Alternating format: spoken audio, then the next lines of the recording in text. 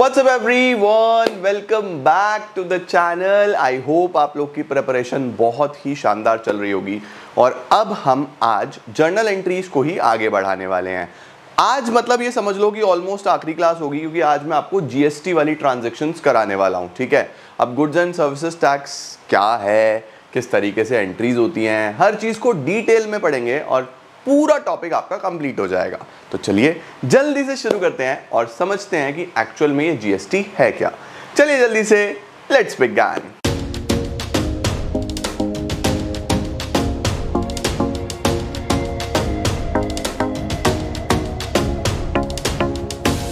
चलो भाई जल्दी जल्दी से मेरे साथ साथ हेडिंग डालो, जीएसटी। सर जीएसटी का फुल फॉर्म क्या होता है? बच्चे जीएसटी का फुल फॉर्म होता है गुड्स एंड सर्विसेज टैक्स। ठीक है सर, इसके बिल्कुल बेसिक से शुरू करते हैं। ठीक है, अब ये टैक्स क्या होता है?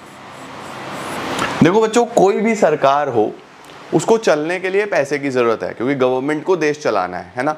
अब देश में बहुत सारा खर्चा करना पड़ता है, बहुत सारे गवर्नमेंट स्कूल्स हैं जिनको चलाना है, टीचर्स की सैलरीज देनी है, स्टाफ की सैलरीज देनी है, वहाँ का सामान बनाना है, वहाँ की क्लासेस को चलाना है अच्छे से, वहाँ पे बिजली का खर्चा आ रहा है, बहुत सारे हॉस्पिटल्स हैं, बहुत सारे कॉलेजेस हैं, उसके साथ साथ गवर्नमेंट के वेरियस ऑफिसेस जहाँ पे बहुत सारे लोग काम करते हैं।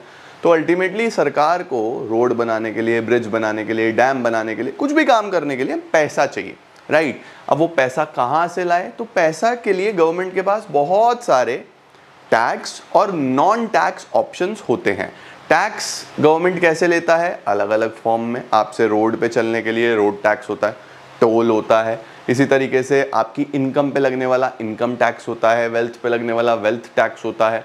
अगर आप सामान प्रोडक्ट यानी प्रोडक्शन करते हो तो उस पर पहले एक्साइज ड्यूटी लगा करती थी पहले। आज एक्साइज ड्यूटी नहीं लगती क्योंकि वो आप एक सामान बना रहे हो, गुड्स बना रहे हो, तो बेसिकली उस पर आज जीएसटी लगता है। मैं उस पर आ रहा हूँ अभी धीरे धीरे। तो प्रोडक्शन करने पे या किसी प्रोडक्ट में वैल्यू ऐड करने में तो वैल्यू एडिशन टैक्स वैट लगता था पहले, है ना। इसके साथ साथ जो लोग सर्विस प्रोवाइडर्स हैं, जैसे हम लोग हैं, teachers, doctors, lawyers, chartered accountants, उनके ऊपर सर्विस टैक्स लगता था। तो देयर आर मल्टीपल टैक्सेस जो सरकार आपसे लेती है। उसके साथ नॉन टैक्स में सरकार के पास बहुत सारे फीस, फाइन्स, पेनल्टीज, रजिस्ट्रेशन सरकार आपसे कराती है अलग अलग चीज़ का। आपको ड्राइविंग लाइसेंस बनाना है, पासपोर्ट बनाना है, हर चीज़ पे फीस चार्ज करती है। तो ये सब गवर्नमेंट के रेवेन्यूज़ हैं बच्चों। अब टैक्स एक ऐसा पेमेंट है जो आपसे चार्ज किया जाएगा और आप उसको मना नहीं कर सकते, राइट। अब ये जो टैक्स है ये दो तरीके के होते हैं बेटा। एक होता है डायरेक्ट, एक होता है इनडायरेक्ट। अब डायरेक्ट क्या होता है? जो आपकी इनकम पे लगता है, आपकी प्रॉपर्टी पे लगता है। इनडायरेक्ट क्या होता है? इनडायरेक्ट लगता है बच्चों गुड्स पे और सर्विसेज पे, राइट। तो डायरेक्ट आपकी इनकम पे लगेगा, आपकी प्रॉपर्टी पे लगेगा। ये इनडायरेक्ट बच्चों गुड्स पे लगता है और सर्विसेज पे लगता है। तो बेसिकली ये जो गुड्स एंड सर्विसेज टैक्स है ये एक इनडायरेक्ट टैक्स है। सर इसको हम इनडायरेक्ट क्यों बोलते हैं? इनडायरेक्ट इसीलिए बोलते हैं बेटा, जैसे सपोज मैं एक सेलर हूँ, मैं एक बिजनेसमैन हूँ। आप सारी अकाउंटेंसी बिजनेस के पॉइंट ऑफ व्यू से पढ़ते हो। मैं एक बिजनेसमैन हूँ, तो मैंने जितना पैसा कमाया, मेरी इनकम हुई, ठीक है, रेवेन्यू माइनस एक्सपेंस, मेरी इनकम हुई। उस इनकम पे जो मुझे टैक्स भरना है वो मुझे खुद ही भरना है डायरेक्टली। तो मेरी इनकम पे लगने वाले टैक्स को डायरेक्ट टैक्स बोला जाता है क्योंकि उसको डायरेक्टली मैं ही भर रहा हूँ। लेकिन मैं अगर कोई सामान बेच रहा हूं, लेट से मैं कोई कैलकुलेटर बेच रहा हूं, ठीक है, वो कैलकुलेटर 1000 रुपए का है, उस पर 10% टैक्स है, ठीक है, जिसको हम पहले सेल्स टैक्स बोलते थे, अभी जीएसटी बोलते हैं क्योंकि गुड्स और सर्विसेज पे जीएसटी लगता है ना। तो 1000 रुपए के कैलकुलेटर पे अगर 100 रुपए टैक्स है तो मैं बोलता हूं भैया 1000 का कैलकुलेटर है, 100 रुपए इस पे टैक्स लगेगा, कैलकुलेटर आज से 1100 रुपए का है। तो मैं बेसिकली कस्टमर से वो टैक्स चार्ज कर रहा हूं। उसका जो बर्डन है टैक्स का वो अपने से हटा के कस्टमर के ऊपर डाल रहा हूं।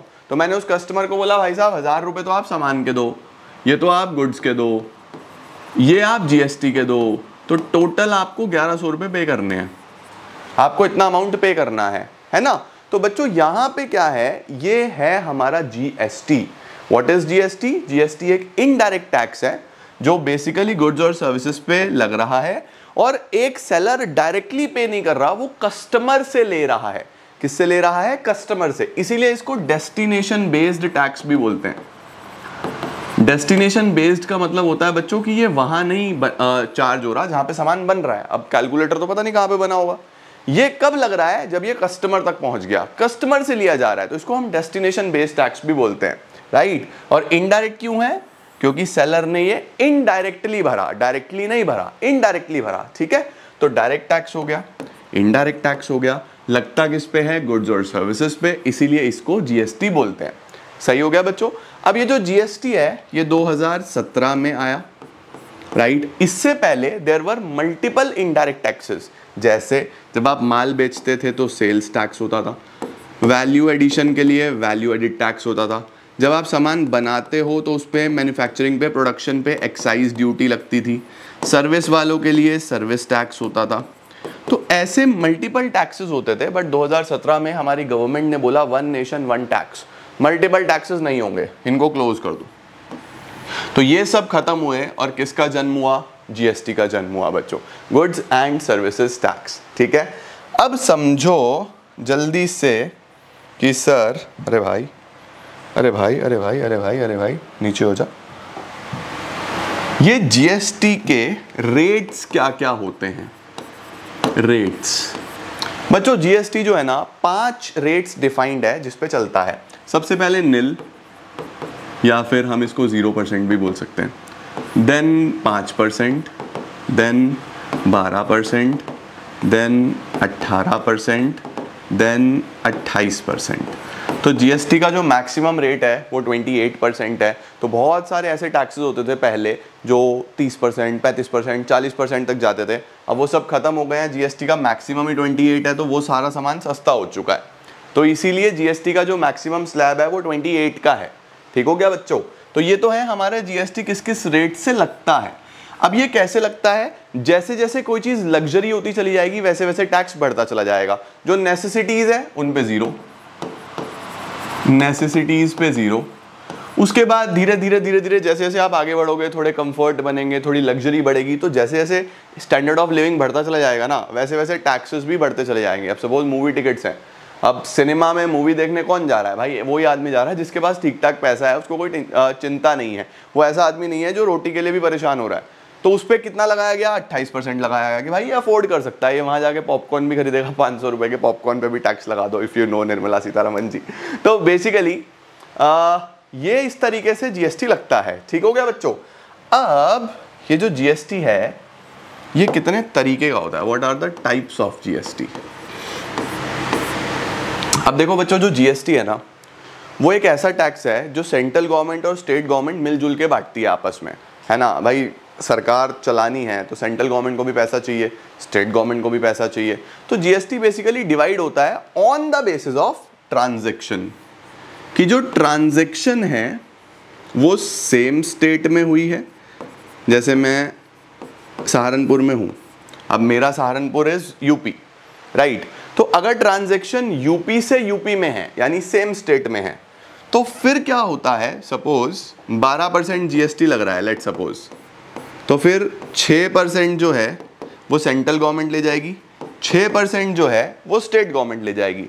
तो जो सेंट्रल गवर्नमेंट लेके गई उसको बोलूँगा सीजीएसटी, जो स्टेट गवर्नमेंट लेके गई उसको बोलूँगा एसजीएसटी। तो अगर सेम स्टेट में ट्रांजैक्शन हो रही है, यूपी से यूपी में ट्रांजैक्शन हो रही है, हरियाणा से हरियाणा में, पंजाब से पंजाब में, हिमाचल से हिमाचल में, एमपी से एमपी में, सेम स्टेट में, तो फिर बच्चों जो आपका जीएसटी चलेगा वो आधा आधा बट जाएगा, सेंटर में और स्टेट में। तो उसको हम बोलेंगे सेंट्रल जीएसटी और स्टेट लेवल जीएसटी। ठीक है। लेकिन अगर डिफरेंट स्टेट्स हुई,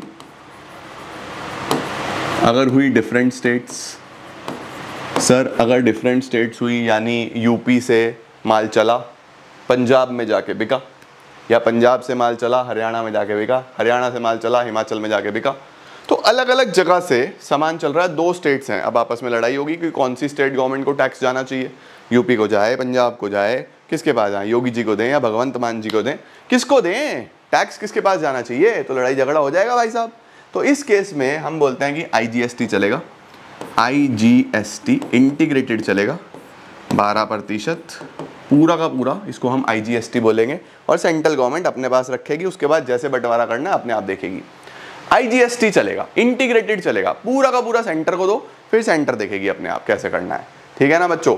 तो अगर स्टेट अलग अलग होती है तो एक ही टैक्स लगता है, उसको बोल देते हैं IGST। अगर स्टेट सेम होती है तो अलग अलग टैक्स लगते हैं, जिसको बोलते हैं CGST और SGST। यूनियन टेरिटरीज में एक और टैक्स लग जाता है जिसको हम बोलते हैं UTGST। अब यूनियन टेरिटरीज कौन सी हैं? दमन दीव, चंडीगढ़ हो गई, है ना, जितनी भी यूनियन टेरिटरीज हैं, उन यूनियन टेरिटरीज के लिए जो GST है वो UTGST कहलाता है। इस पे ज़्यादा चर्चा नहीं है, मेन चर्चा आपकी इसी पे होने वाली है, same state different states, IGST और CGST। समझे क्या? क्लियर हुआ? परफेक्ट, बढ़िया सर, समझ गए। इसका भी स्क्रीनशॉट ले लो। अगर काइंड्स ऑफ GST पूछेगा तो फिर आपके पास CGST, SGST, IGST, UTGST, but questions mainly यहाँ से होंगे। परफेक्ट मेरे नालायको। चलो सर, ये भी डन हो गया। आइए जी, अब आगे आते हैं। अब बच्चों GST का मतलब समझ गए, GST के रेट समझ गए, GST के काइंड्स या टाइप्स समझ गए। अब GST में एक छोटा सा और बहुत इंपॉर्टेंट कॉन्सेप्ट है कि ये इनपुट GST क्या होता है और ये आउटपुट GST क्या होता है। What is input GST, what is output GST, ठीक है। आओ अब आपको ये समझाता हूँ, बहुत मस्त बढ़िया एग्जाम्पल, मजा आ जाएगा तुमको सीख के, ठीक है। ये हमारा चिंटू है, चिंटू चिंटू ओ हमारे चिंटू, ये हमारा चिंटू है बच्चों, जो बिजनेसमैन है। चिंटू इज अ बिजनेसमैन, ये स्टार्टअप फाउंडर है, ठीक है। चिंटू बनाता है फुटवेयर, शूज बनाता है, बढ़िया बढ़िया, नाइकी को टक्कर दे रहा है, ठीक है जी, ओके हो गया काम। अब बच्चों आप ये समझो कि चिंटू जो है भाई, शूज बनाने के लिए उसको रॉ मटेरियल चाहिए, जो भी रॉ मटेरियल है वो खरीद के लाएगा। तो चिंटू सबसे पहले गया बाजार, चिंटू गया बाजार, मार्केट, और बाजार से खरीद के ला रहा है रॉ मटेरियल।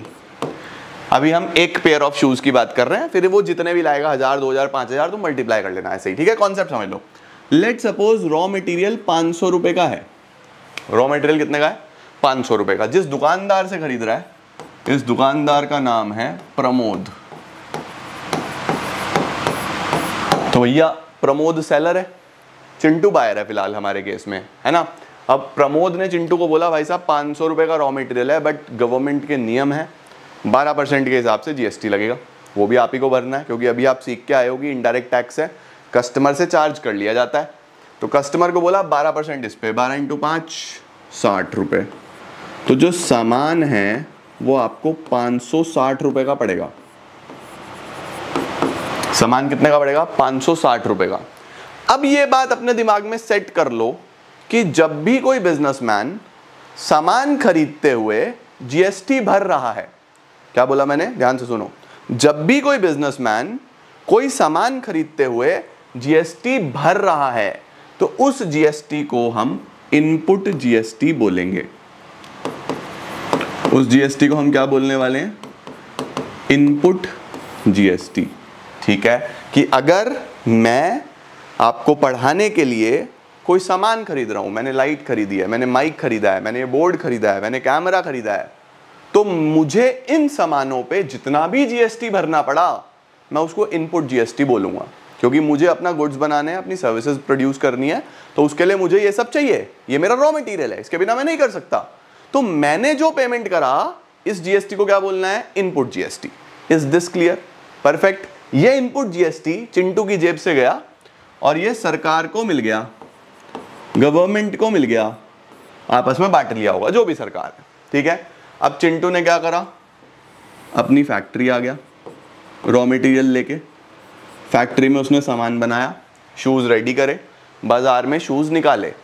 शूज कितने के निकाले? 1000 रुपए के। ये कस्टमर तक पहुंचे, ये है हमारा कस्टमर। चिंटू ने कस्टमर को बोला भाई साहब ऐसा है, शूज है 1000 रुपए के, लेकिन गवर्नमेंट का रेट है 12% GST लगेगा, तो आपको इस पे 12% GST भी भरना पड़ेगा, यानी 120 रुपए का आप GST भरो। तो जूता पड़ेगा आपको 1120 रुपए का। भाई जीएसटी मैं अपनी जेब से थोड़ी ना भरूंगा, अभी मैं सेलर हूं, कस्टमर तक शूज बेच रहा है वो, है ना। अब जब जीएसटी आपने कस्टमर से ले लिया, ध्यान रखना, एज अ सेलर जो जीएसटी आपने कस्टमर से ले लिया, पहले मैंने पे करा था तो इनपुट बोला, अभी जो जीएसटी मैं कस्टमर से ले रहा हूं उसको बोलूंगा आउटपुट जीएसटी। उसको क्या बोलूंगा? Output GST. ठीक है बच्चे, जो जीएसटी मैं कस्टमर से ले रहा हूं उसको आउटपुट जीएसटी बोलूंगा। अब सरकार फिर आ गई, सरकार ने बोला हाँ भाई चिंटू, लाओ ये 120 रुपए का जीएसटी दे देते जरा, जीएसटी है आपके नाम पे 120 रुपए, ये जीएसटी दे देते जरा। चिंटू ने बोला मोदी जी या योगी जी या भगवंत मान जी या जो भी सीएम बीएम है, स्टेट गवर्नमेंट और सेंट्रल गवर्नमेंट को जो भी जीएसटी जाना है, उसने बोला नेताजी ऐसा है, एक बात समझिए मेरी, मैंने जो जूता बनाया, शूज कैसे बनाऊं अब मैं, बस जूता बनाया, ठीक है, मैंने जो जूता बनाया, ये जो मैं यहां पे आके बेच रहा हूं इस कस्टमर को, इस जूते को, सपोज यही है शू, इस शू को बनाने में जो रॉ मटेरियल लगा है उस पे मैं ये जीएसटी भर तो चुका हूं। भाई मैंने ये 60 रुपए का जीएसटी पहले भरा ना, इसी रॉ मटेरियल पे भरा, सीधी सी बात है या नहीं है भाई? ये जो रॉ मटेरियल मैं यूज कर रहा हूं इसी पे तो भरा, तो मैं आपको कुछ जीएसटी तो पहले ही दे चुका हूं। तो आप मेरे से ये जो 120 रुपए मांग रहे हो जीएसटी के, मैं तो 60 पहले ही दे चुका हूं। तो मैं क्या करने वाला हूं, इस 120 में से 60 को करूंगा कैंसिल। इसका मतलब जो भी आपका आउटपुट बनता है बच्चों, आउटपुट वो है जो आपने कस्टमर से लिया है और आपको सरकार को देना है, जो भी आउटपुट बनता है बच्चों, उस आउटपुट में से आप इनपुट माइनस कर सकते हो, क्योंकि वो आप ऑलरेडी दे चुके हो। तो अब आपका नेट जीएसटी पेबल कितना निकलेगा? 60 रुपए आपका पेबल निकलेगा। समझे? बेसिकली प्रोसेस क्या है कि एज अ बिजनेसमैन जो भी आपने जीएसटी भरा उस गुड्स या सर्विसेज को बनाने के लिए, जब आप उस गुड्स या सर्विसेज को बेचोगे उस पे जो जीएसटी बनेगा आप उसमें से माइनस करके रिमेनिंग जीएसटी सरकार को भर सकते हो। ये जो प्रोसेस है ना, आउटपुट में से इनपुट माइनस करना, ये इंपॉर्टेंट प्रोसेस है। इसको हम लोग क्या बोलते हैं? जीएसटी को सेट ऑफ करना। इसको क्या बोलते हैं बच्चों? जीएसटी को सेट ऑफ करना। तो जीएसटी सेट ऑफ कैसे किया जाता है? आउटपुट पे आपको जो भी जीएसटी मिला उसमें से इनपुट जो था वो माइनस करो, बचा हुआ आप सरकार को पे कर दो। कई बार ऐसा होता है कि 1200 का इनपुट है और 1200 का ही आउटपुट बना, तो हमें कोई भी जीएसटी नहीं देना, हमारा जीएसटी पेबल विल बी 0। बात समझ में आई? इसको सेट ऑफ बोलते हैं बच्चे। अब एक बात समझो, ये जो इनपुट जीएसटी है, ये 60 रुपए जिसका आपको बेनिफिट मिल रहा है, भाई फायदा मिल रहा है ना फ्यूचर में, मैं इसको माइनस कर पा रहा हूं, यानी ये मुझे फ्यूचर में बेनिफिट दे रहा है। तो इनपुट जीएसटी मेरे लिए एक एसेट होता है, ये मेरे लिए एक एसेट होता है बच्चों, क्योंकि मुझे फ्यूचर में बेनिफिट दे रहा है। और जो आउटपुट है वो मुझे सरकार को पे करना है, मैंने कस्टमर से लिया हुआ है सरकार के नाम का, ये मेरी लायबिलिटी है, ये मेरी क्या है? लायबिलिटी है। बात समझे या नहीं समझे? तो ध्यान रखना, input is my asset, output is my liability. ये क्लियर है क्या सभी को, नालायकों को? इनपुट आउटपुट का ध्यान रखना, ठीक है, परफेक्ट। और इस मैकेनिज्म को बोलते हैं सेट ऑफ मैकेनिज्म। इस पे हम एंट्रीज भी करेंगे, क्वेश्चंस भी सीखेंगे, तो आपको दिक्कत नहीं आएगी, बिल्कुल भी चिंता मत करना, ठीक है। पहले इस केस का पूरा स्क्रीनशॉट लो, फिर आगे चलते हैं। डन है क्या मेरे नालायकों? चलो सर, ये भी समझ गए सर। अब हेडिंग डालो जर्नल, जो आप करते आ ही रहे हो, है ना, अभी तक नॉर्मल करते आए हो, अब विद जीएसटी करना सीखोगे। ओके, अब देखो बच्चों, सबसे पहला जो हमारी ट्रांजैक्शन बनती है, लेट सपोज वो है purchase of goods, purchase of goods, ठीक है। आपने सामान खरीदा, राइट। अब आपने जो भी सामान खरीदा वो कैश पे भी खरीद सकते हो, उधार पे भी खरीद सकते हो, अब तुम समझदार हो, इतने तुम कर लोगे एंट्री, है ना। अब देखो, आपने जो भी सामान खरीदा उसकी एंट्री क्या बनती है?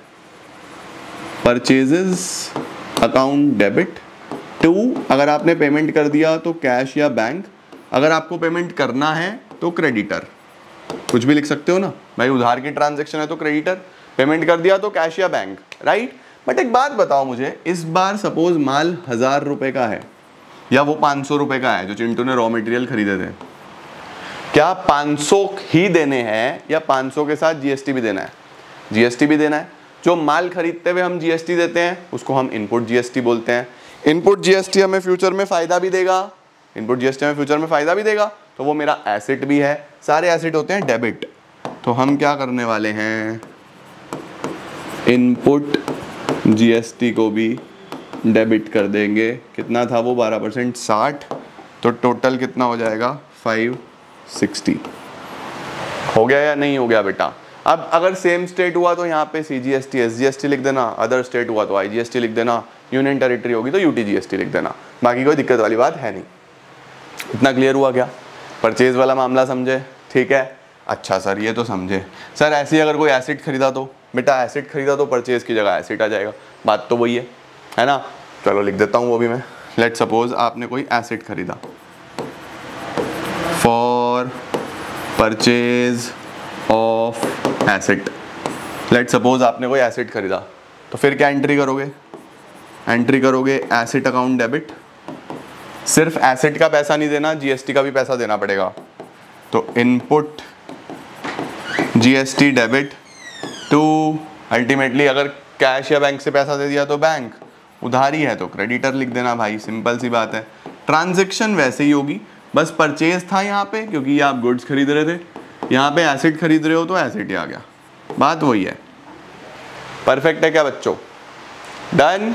क्लियर हुआ? ओके, लो चलो इसका जल्दी से स्क्रीनशॉट, फिर आगे चलते हैं। अभी बच्चों थोड़ी सी आगे बढ़ते हैं, ठीक है। अब देखो परचेज की बात हो गई सर, अब बात करते हैं सेल की। सर चिंटू ने माल बेचना भी है, राइट। अब वो माल बेचेगा तो उसको गुड्स का पैसा भी मिलेगा और जीएसटी का पैसा भी मिलेगा, है ना। तो यहाँ पे लिखते हैं फॉर सेल ऑफ गुड्स। तो बच्चों अगर गुड्स बिक रहे हैं तो उधारी में बिके तो डेटर को डेबिट कर देना, कैश या बैंक में बिके तो कैश या बैंक को डेबिट कर देना। तो डेटर डेबिट या कैश या बैंक डेबिट टू सेल्स, जो माल बिका। अब जब माल बिकेगा तो माल के साथ साथ जीएसटी भी लूंगा। जीएसटी भी मेरे पास आ रहा है बट वो मुझे सरकार को देना है, वो मेरी लाइबिलिटी है, सारी लाइबिलिटी क्रेडिट होती है और ये आउटपुट है। तो इसको क्या लिखूंगा मैं, टू आउटपुट जीएसटी। हम 1000 रुपए का माल बेच रहे थे, 12% 120 टैक्स, रिसीव होगा 1120। आ गया या नहीं आ गया बेटा? समझ में आई बात? तो इनपुट एक एसेट है इसीलिए वो डेबिट होता है, आउटपुट एक लाइबिलिटी है इसीलिए वो क्रेडिट होती है। सिंपल सी बात है या नहीं है मेरे नालायकों? ओके, ये बात समझे? ठीक है, अब मैं तुमको कुछ इंपॉर्टेंट चीज़ें बताने वाला हूँ, बट उससे पहले कुछ छुटर पुटर चीज़ें। इसी तरीके से अगर मैंने कोई बिल्डिंग ली हुई है रेंट पे, मुझे रेंट भरना है तो मुझे फिर उसका जीएसटी भी देना पड़ेगा। तो उस केस में rent debit, input GST debit to bank, है ना। लेट सपोज मैंने कोई बिल्डिंग रेंट पे ली हुई है, अब मुझे रेंट भरना है। अब देखो बच्चों रेंट है, इसी तरीके से आपको कई जगह पैसा भरना पड़ सकता है। तो आप जब भी इस तरीके का कोई काम कर रहे हो जहाँ पे आपको जीएसटी भी देना है तो आप वो जीएसटी भी डेबिट करके चलना, वो आपके लिए इनपुट होगा बस, है ना। तो मैंने लिखा रेंट अकाउंट डेबिट, फिर input GST debit to bank. तो आप जितने भी कोई अगर एक्सपेंस कर रहे हो जिस पे जीएसटी लग रहा है तो फिर आप उस केस में जीएसटी को इनपुट मान के डेबिट करके चलोगे। सिंपल सी बात है यार, आउटपुट कब होगा? जब आप कलेक्ट करोगे, ठीक है। जब जब आपको जीएसटी भरना है तब इनपुट है, कलेक्ट करोगे तो ही आउटपुट होगा, नहीं तो आउटपुट नहीं होगा। ओके, बात समझे? अब कुछ इंपॉर्टेंट ट्रांजैक्शन समझो अभी और। नंबर 5, बच्चों अगर आपने माल खरीदा है तो जरूरी तो नहीं है कि आप उस माल को रखोगे, आप वापस भी कर सकते हो। इसका मतलब अगर जो मैं माल खरीद रहा हूं मैं उसको वापस कर दूं तो जीएसटी पे क्या इंपैक्ट आता है? सोचो जरा। भाई मैं अगर खरीद रहा हूं तो मैं परचेज को डेबिट कर रहा हूं, डेबिट कर रहा हूं या नहीं कर रहा हूं। जब वापिस होता है तो क्रेडिट करते हैं ना, तो हम बोलते हैं टू परचेज रिटर्न, राइट। ये क्रेडिटर को हमने क्रेडिट करा हुआ था कि भैया इसका पैसा देना है, अब इसको हम डेबिट करते हैं। ठीक है भाई, क्रेडिटर अकाउंट डेबिट कि अब इसका ये पैसा नहीं देना, हम बेसिकली कैंसिल आउट करते हैं, तो रिवर्स करते हैं। अब मुझे एक बात बताओ, तुमने माल खरीदा, उस पे जीएसटी भरा, अगर तुम वो माल ही वापस कर दोगे तो वो जीएसटी भी तो रिटर्न होगा, होगा या नहीं होगा। तो बेसिकली ये जो इनपुट तुमने डेबिट किया हुआ था, ये इनपुट भी अब क्या हो जाएगा, क्रेडिट हो जाएगा to input GST. Input credit होने का मतलब समझ रहे हो, ध्यान रखना। नॉर्मली जो नेचर है बच्चों, वो इनपुट का नेचर डेबिट है, इनपुट नॉर्मली डेबिट ही होगा, but if we need to cancel it, अगर हमें इनपुट को कैंसिल करना हो तो फिर हम इनपुट को क्रेडिट करते हैं। सर कैंसिल कब कब करना पड़ सकता है, यानी ये एसेट हमारा कब नहीं होगा, कब हम इसको सेट ऑफ नहीं कर पाएंगे।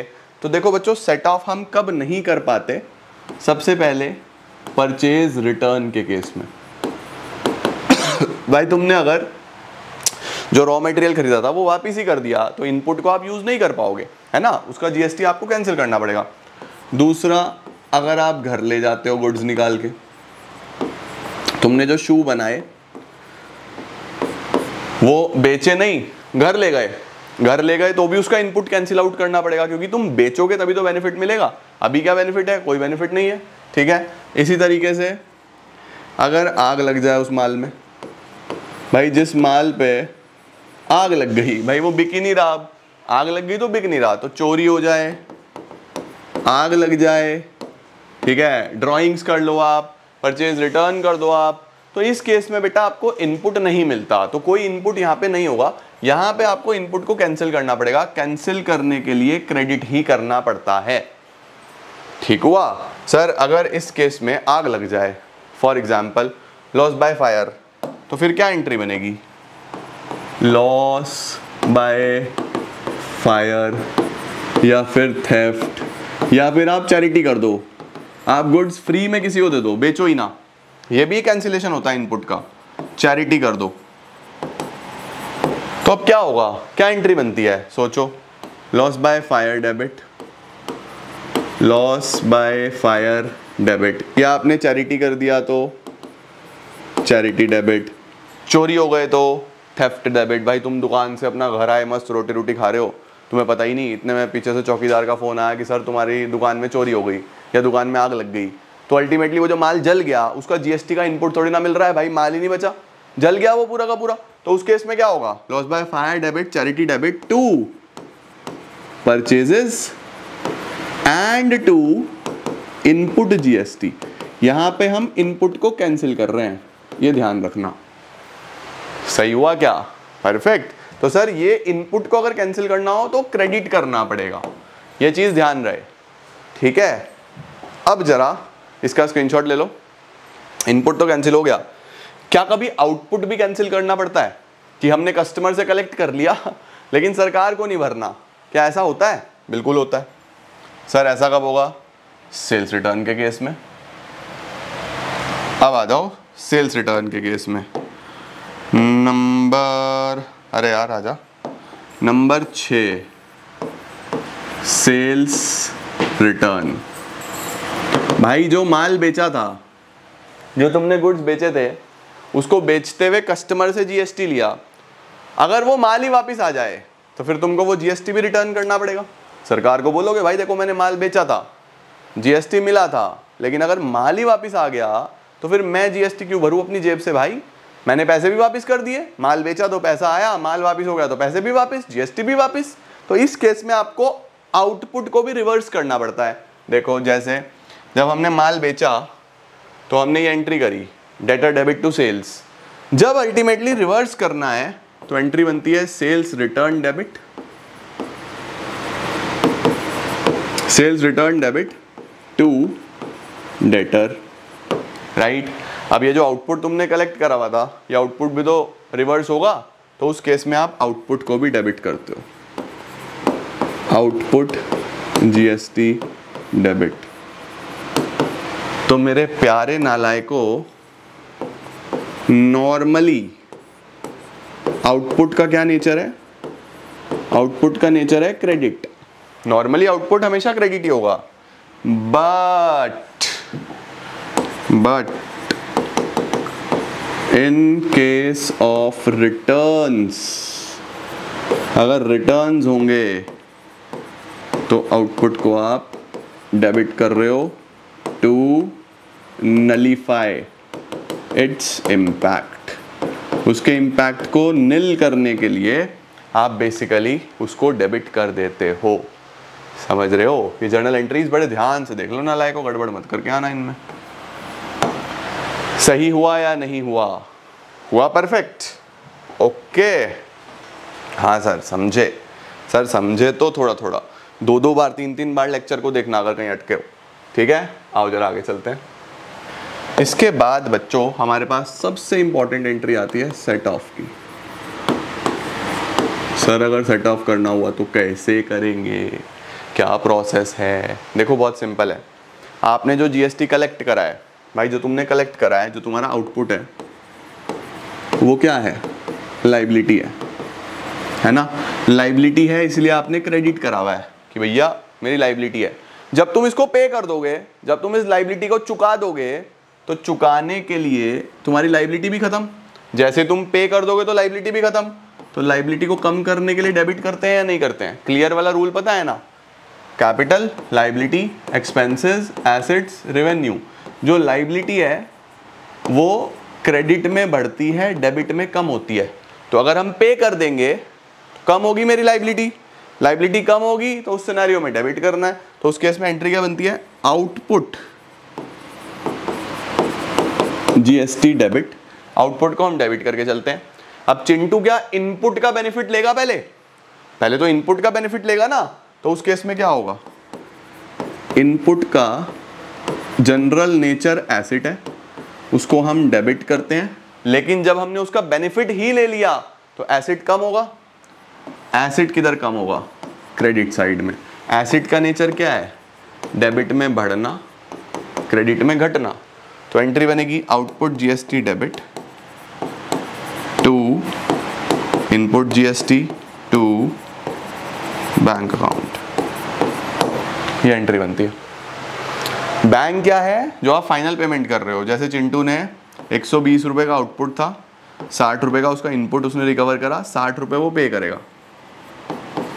ठीक हुआ? परफेक्ट। ये हमारे पास बच्चों आउटपुट को इनपुट के साथ सेटल करके फाइनल पेमेंट करने की एंट्री बन जाती है। इसका भी स्क्रीनशॉट ले लो। बढ़िया एंट्री, समझ में आई?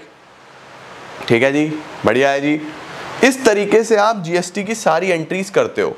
ये सारे बेसिक्स हैं। मुझे पूरी उम्मीद है आपको समझ में आया होगा कि जीएसटी क्या है, जीएसटी किस रेट से लगता है, जीएसटी की कैसी एंट्रीज होती है, जीएसटी को कब हमें रिवर्स करना पड़ता है, कैसे जीएसटी के अंदर हम सेट ऑफ करते हैं। ये मुझे पूरी उम्मीद है कि तुमको अच्छे से समझ में आया होगा, right.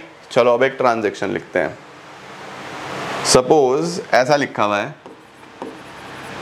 Purchased goods of ₹1,00,000 from Pramod. Pramod से हमने माल खरीदा at 10% trade discount and 10% cash discount. CGST at 9%, SGST at 9%। ये हमें जर्नल एंट्री करनी है। हमने प्रमोद से माल खरीदा है 1,00,000 रुपए का, जिस पे ट्रेड डिस्काउंट भी है, जिस पे कैश डिस्काउंट भी है, CGST SGST इतना इतना % लगना है। तो आप कैसे एंट्री करोगे? सोचो। करना शुरू करो जल्दी से, फटाफट से नालायकों करना शुरू करो। क्या एंट्री होगी हमारे पास? सर सबसे पहली बात, अगर कैश डिस्काउंट हमें मिल रहा है यानी हम पेमेंट इमीडिएटली कर रहे हैं। अगर कैश डिस्काउंट मिल रहा है तो पेमेंट इमीडिएटली हो रही है, तभी तो कैश डिस्काउंट मिलता है, नहीं तो कैश डिस्काउंट मिल ही नहीं सकता। तो एंट्री क्या होगी? एंट्री होगी परचेजेस अकाउंट डेबिट, राइट। अब मैंने बच्चों अगर माल खरीदा है तो मुझे उसके साथ जीएसटी भी भरना है, तो input CGST debit, input SGST debit to cash या बैंक, राइट, टू कैश या बैंक, कुछ भी लिख सकते हो, टू कैश अकाउंट, ठीक है। उसके साथ साथ हमको कुछ डिस्काउंट भी मिला, to discount received account. Trade discount हम बुक्स में शो नहीं करते, ट्रेड डिस्काउंट को हम डायरेक्टली माइनस करते हैं अमाउंट में से, कैश डिस्काउंट अलग से दिखाया जाता है। ये चीज़ आपको पता होनी चाहिए कि जब भी कोई ट्रांजैक्शन होगी और ट्रेड डिस्काउंट आया उसके अंदर, ट्रेड डिस्काउंट सभी कस्टमर को मिलता है, सेल को बढ़ाने के लिए दिया जाता है, तो हम बस डायरेक्टली उसको माइनस कर लेते हैं। कैश डिस्काउंट सिर्फ उस कस्टमर को मिलता है जो पेमेंट इमीडिएटली कर रहा है, राइट। तो अब इस केस में बच्चों देखो, माल कितने का था? 1 लाख रुपए का, ये था इसका एमआरपी या लिस्ट प्राइस। सबसे पहले ट्रेड डिस्काउंट काटो, कितना परसेंट? 10%। तो कितने का 10% का मतलब 10,000 काट दो, कितना बचा? 90। कितना बच गया हमारे पास? 90,000 रुपए बच गए बच्चों। अब कैश डिस्काउंट जो है वो हमें इमीडिएटली मिलेगा। इमीडिएटली क्यों मिलेगा बेटा? वो इमीडिएटली इसलिए मिलेगा क्योंकि बेसिकली हम पेमेंट किस में कर रहे हैं? कैश में कर रहे हैं। तो हम यहाँ पे क्या करने वाले हैं? डिस्काउंट निकालने वाले हैं, कैश डिस्काउंट, ठीक है। लेकिन एक बात ध्यान रखना, बिफोर कैश डिस्काउंट आप ये समझो कि जीएसटी भी तो लगना है ना भाई। 90,000 रुपए की तो परचेजेज हैं, 90,000 की परचेजेज हैं। अब हमने इसमें सीजीएसटी भी भरना है, हमने एसजीएसटी भी भरना है, और हमें कैश डिस्काउंट मिलेगा तो कैश डिस्काउंट को हम माइनस करने वाले हैं। ये चीज़ सीखने वाली है, ध्यान से सीख लो इसको। तो यहाँ पे बच्चों 90,000 का बेसिकली 9%, 8100 तो ये हो गया, 8100 बच्चों ये हो गया, और हमारा जो कैश डिस्काउंट है वो कितना परसेंट है? 10%। तो 90,000 का ही 10%, 9,000 रुपये का हमारा कैश डिस्काउंट हो गया। ये हम माइनस करेंगे तो अल्टीमेटली नेट पेमेंट जो हमको करनी है वो कितनी करनी है? 90,000 प्लस 8100 प्लस 8100 माइनस 9,000, 97,200 ये हमारा पेमेंट होगा, ठीक है। तो परचेज कितने का है? देखो परचेज में ये ट्रेड डिस्काउंट माइनस करने के बाद 90, जीएसटी कितना कितना भरा हमने? 8,100, 8,100 भाई, जितने का माल है उस पे जीएसटी लग रहा है, राइट। अब हमको जो डिस्काउंट मिला वो कितना मिला? 9,000 रुपये का। तो अल्टीमेटली हम पे कितना कर रहे हैं? 97,200 ये हम पे कर रहे हैं। ये हमारा कैश या बैंक में आ गया।